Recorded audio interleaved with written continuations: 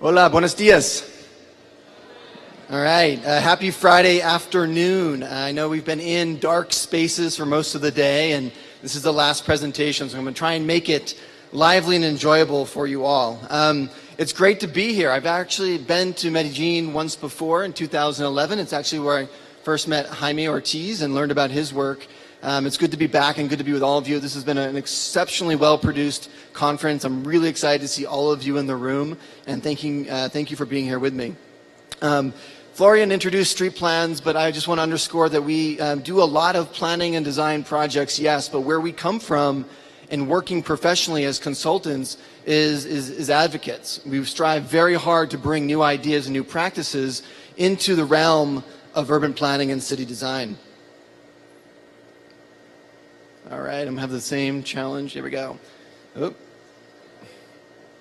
Wow, okay. So, at our firm, we do a lot of bikeway design, a lot of pedestrian planning. What I'm speaking about today is kind of the overlap between the bike and public space design and what we call tactical urbanism. Can I see a show of hands? Who knows tactical urbanism or urbanismo táctico? Okay, about a third of you. Great. We've written many books, including a series on tactical urbanism. The one that is on the screen now, this is actually going to be published. It's a full-length book published on March 17th, so take a look for that. But this whole idea, this whole notion of tactical urbanism is about doing projects quickly, showing people the possibilities for change. And in our job, we're oftentimes asked to look at a street and say, how should it change? Can you give us some visual imagery on what's there now and what could be there in the future?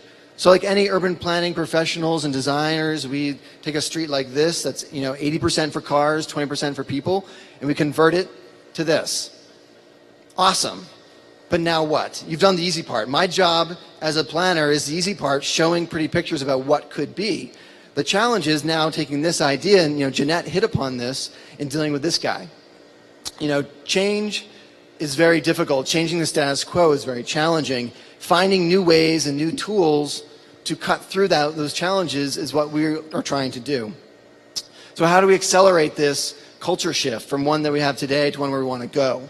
Well, for me, when I started my planning career, I was living in Miami, and I was working on a very large-scale project. It was a citywide zoning project, and it was super exciting as a young planner.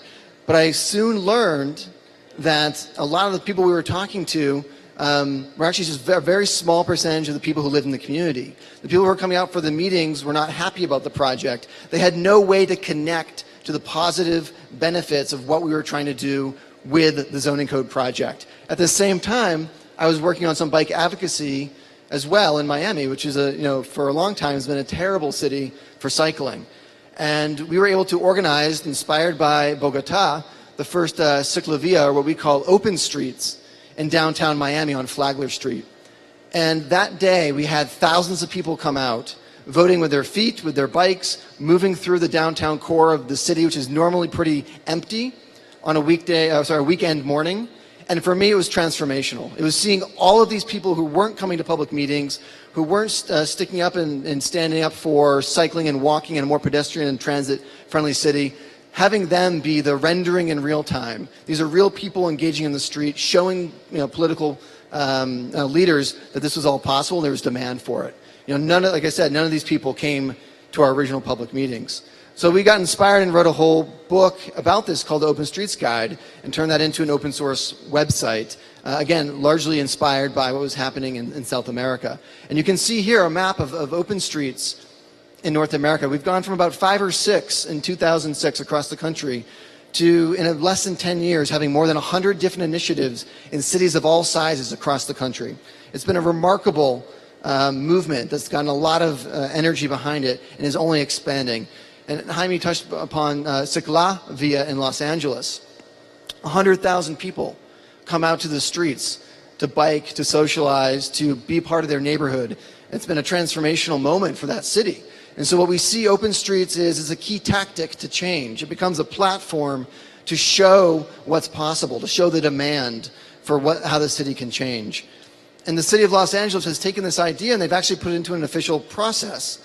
They're looking at how the open street events catalyze shorter-term events at the neighborhood scale around Los Angeles, which has then come into fruition as this People Street programming, allowing people to make change in their neighborhoods at a very small scale.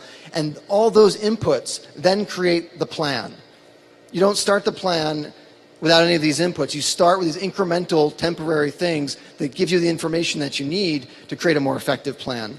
And of course, Open Streets has become this platform for testing more progressive treatments for cycling. As you can see on the image on the screen here, people are out there showing in very temporary ways how these streets can be transformed while they have a captive audience of 100,000 people, or 50,000 people, or 10,000 people in their city coming out for Open Streets. The second inspiration for us has been, no surprise, New York City. When I was living in Miami and I saw what was happening there, what was happening under Jeanette's administration, I said, I have to move there. So I left Miami and I moved to New York and brought our company there to see what was happening in the transformation on the streets. But what a lot of people don't know is a lot of these ideas had existed for decades. This is a plan from 1969. And what you see there is Broadway is a street that goes diagonally across the grid in Manhattan. And that street was proposed to be a pedestrian street in 1969. But can you imagine getting all of the political will behind transforming all of Broadway for dozens of blocks all at once with permanent infrastructure? It's very, very difficult to achieve that. So this is what helped. 40 years later, it was this move that I think put the light bulb not only in my head, but thousands of other people's heads that change could be done very quickly and inexpensively. So step one was disrupt the status quo. Step two, iterate on that design, make it a little bit more permanent, but still with temporary, inexpensive materials, and then measure the results. And the results, speak for themselves. I'm not going to read through the benefits, but economic, safety, health, mobility. And then you create the rendering. Again, you don't create the rendering before the project, you create after you've done these tests, when you know this is actually the vision that can be put forth. And of course, as of last summer, this was all under construction with permanent infrastructure. So that's a 5-year timeline of lawn chairs to permanent infrastructure. And the typical planning process, at least in North America, what this is the 5-year budget cycle, which you might get funding, you might get political support for a project to start. So it's a much faster, more dynamic and iterative way to bring change. We call this the build, measure, learn cycle of project delivery. It's an idea that was inspired by a book called The Lean Startup. Now, that's about software products, and cities aren't exactly like software products, obviously, but there is some real, I think, wisdom in this approach to trying things out temporarily, getting that quick feedback cycle, and learning as you go. So this is the process that we've embedded and we've defined as tactical urbanism. Quick definition, it can be city-led, as in New York. It can be organizationally led by nonprofits and other groups, but it can also be led by citizens. And it's the citizens, like many of you in the room, who help deliver this change very, very effectively with very short-term, scalable, low-cost projects that from the very beginning are always intended to create long-term change. And so we've written those 4 volumes about it, all put on the internet for free.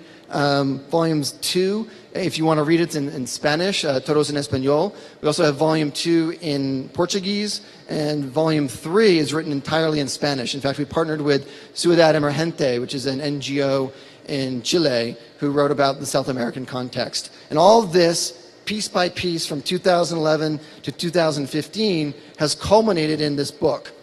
So you can see we're also thinking and writing in an iterative fashion, each one building on itself, becoming something bigger.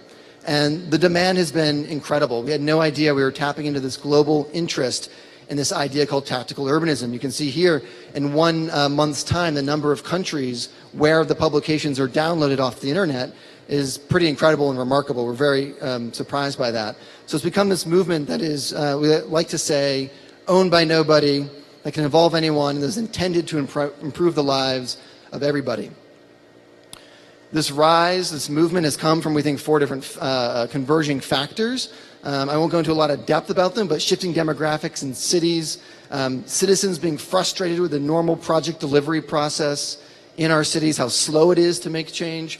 The Great Recession, at least particularly in North America, cities had all this demand and people still moving and wanting change, but they had less resources to deliver it. So tactical urbanism found a home there. And of course, what's this idea called radical connectivity, that we have So much power in our pockets with our phones of communication and sharing ideas. So many of these projects get shared in Bogota, in London, and Jakarta, like this, almost overnight, based on the internet. So these ideas spread very, very quickly.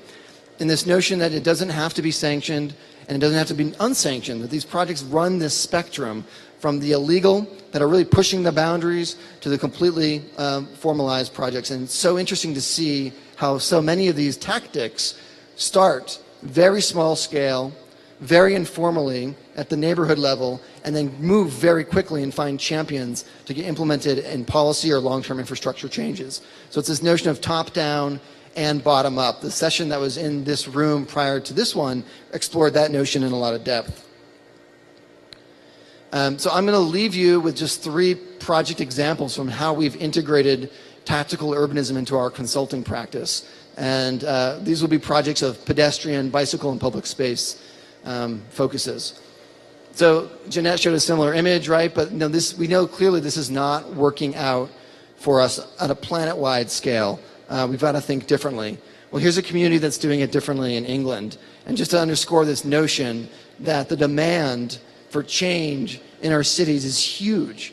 This is a water slide that cost about £5,000 in England, in Bristol, England, to create, with very temporary materials that attracted 100,000 applications for 365 rides down the slide. So I'm just showing this image to underscore this value of this approach and the demand for change that's out there. And these 3 projects I'll show you demonstrate that. So the 3 common applications. 1, citizens. In an unsanctioned manner, how do citizens deliver change? I'll take you to the city of Hamilton, Ontario, which is a city about 500,000 people south of Toronto. And that city is very economically depressed. They've tried to regenerate the core of the city. They've tried to do great transportation projects, but they can't seem to get implementation to happen.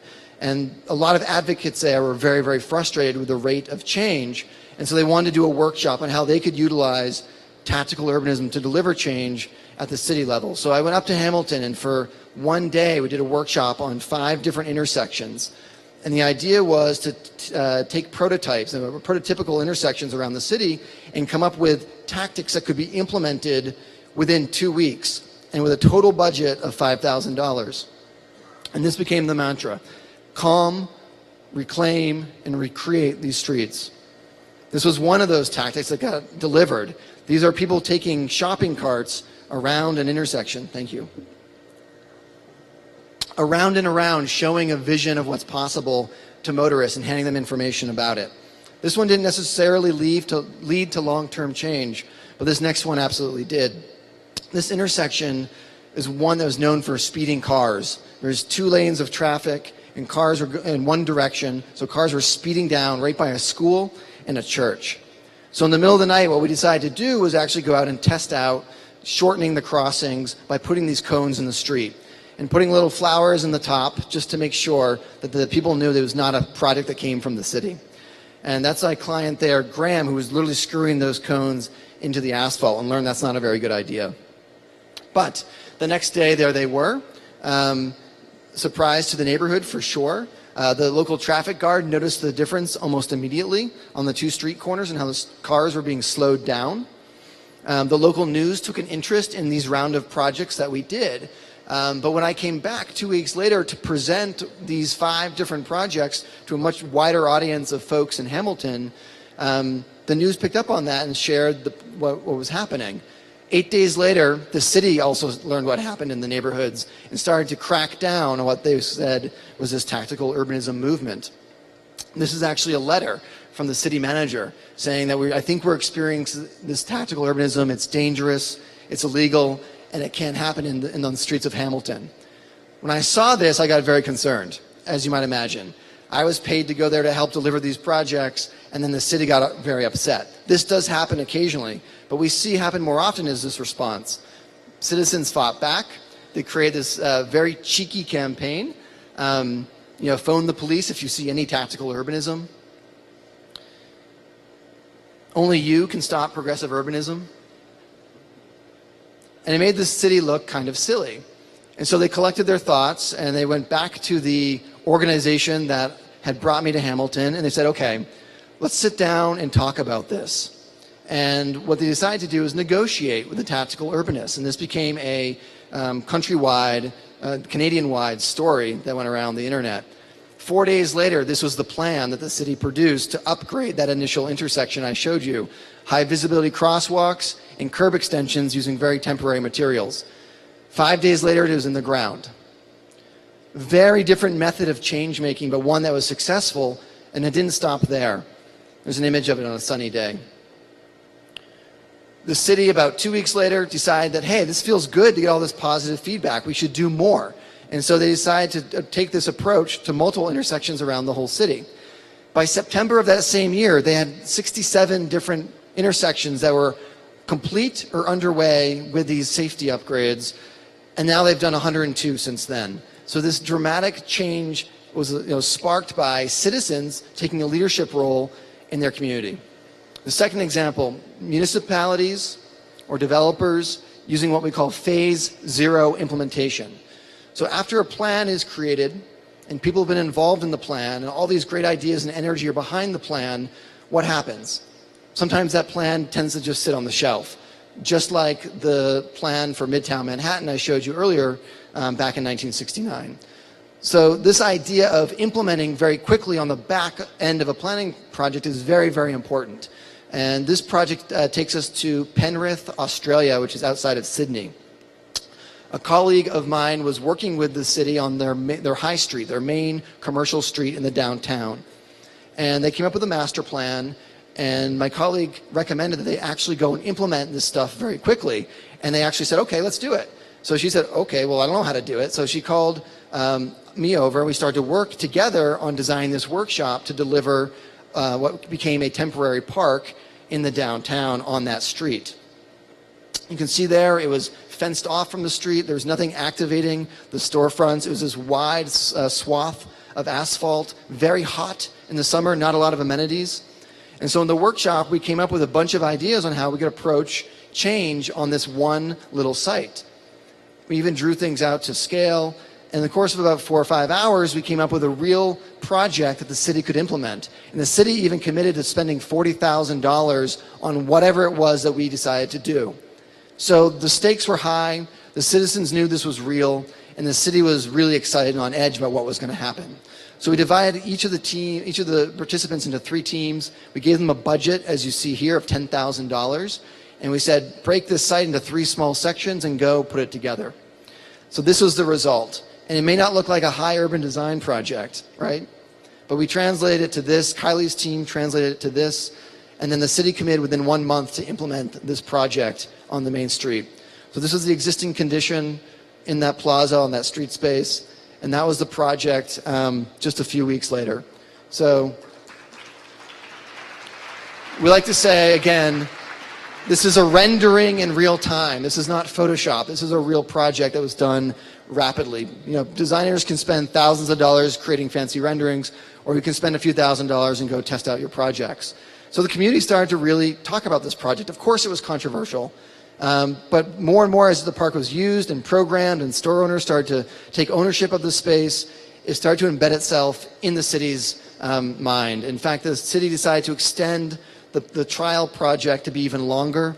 So this is an article from this past May, where they decided to extend the project. They've even taken the same approach, and they're applying it to a second pop-up park in the same city. So they've learned through this process how they can deliver change with people, for people, at a very low cost. And then they can use these temporary projects as placeholders until the real money is there for the permanent investment in infrastructure. So finally, I'll end on this note, how we use public involvement, how we use collaborative demonstration to also involve the public. And this takes us to Morgan Hill, California, which is a small city south of south of San Francisco. The city has a main street that has a median in between and 4 lanes of traffic. And cars go very fast. And for a long time, the city has wanted to change that street, but there's never been the political will to do it until recently. And so this fall, we were out in Morgan Hill, and our team worked with the city and with another consulting firm that brought us in to help out with this project. And we gathered a lot of people from the community, a lot of volunteers, and we said, let's test out 2 different scenarios. one on one side of the median and one on the other. One was a bike project, one was a pedestrian project. So using the temporary materials called traffic tape, which is very inexpensive, we laid down a buffered bike lane. We took a lane of traffic away to test it out for one weekend. On the other side of the street, we decided to add more pedestrian space.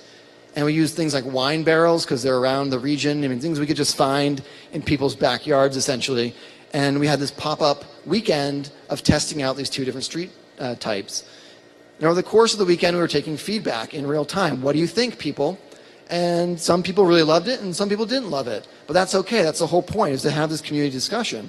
The more important piece of this, though, is that the demonstration project of 2 days allowed the community to have the confidence to finally try something out for the period of 6 months.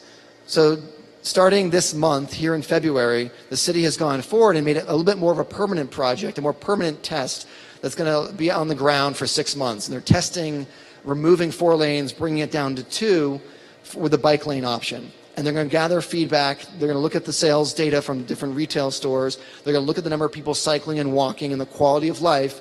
And they'll make a decision after the fact whether they want to move forward with a permanent project. I think it's a much smarter way to work. You can work out bugs in the system by using the temporary approach. And it's being done well in Morgan Hill, California.